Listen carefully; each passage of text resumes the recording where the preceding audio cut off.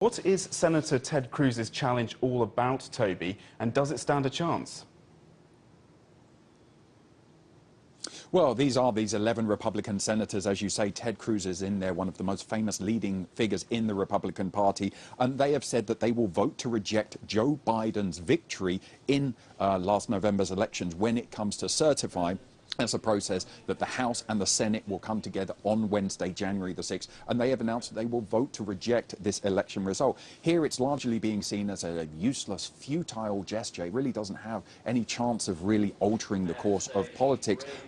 And we should also note that every state has certified its result. The Trump campaign and its supporters have lost dozens at this point, dozens and dozens of legal challenges to the result. But yet, as you say, Vice President Mike Pence has got himself now involved in this. He did issue that statement on Saturday.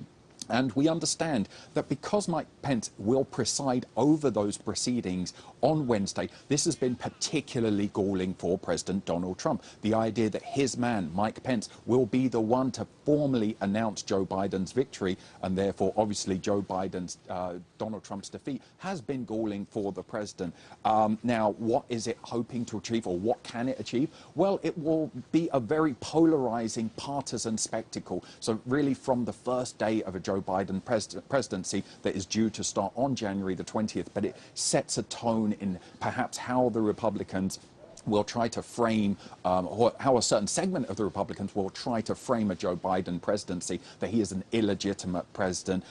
We should also say that the reason why these senators are doing it is because it's many people are criticizing them, saying this is just pure ambition on their part. They're trying to play to this base in the Republican Party that does believe there is fraud. The majority of those in the Republican Party in surveys say they believe there was some type of fraud in the elections. That is a minority position, though, in the American public. Most believe the American election was handled and carried out normally. So again, Ted Cruz is being accused of playing to this base, but also trying to endear himself to President Donald Trump, who every day on Twitter announces more and more accusations of fraud in the elections. Paul? And briefly, Toby, when are we likely to see Donald Trump vacate the White House? Well, this has been a joke that the Democrats have talked about. They've actually put out statements saying that they will have no problem evicting trespassers from the White House if Donald Trump doesn't leave. That's on January the 20th. There are other questions about what is in Donald Trump's future after the White House. There's been speculation that he could become more involved in the media. There's also speculation about what his political plans for the future. Is he planning on running again for the presidency in 2024? What we can be sure of, though, was, well, the consensus certainly is here in Washington, D.C., that he is not likely to slink off into the obscurity, that he is likely to try and retain a central role in American life.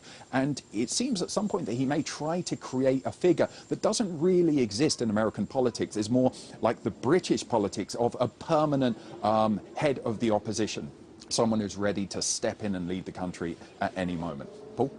Toby Muse in D.C., thank you very much.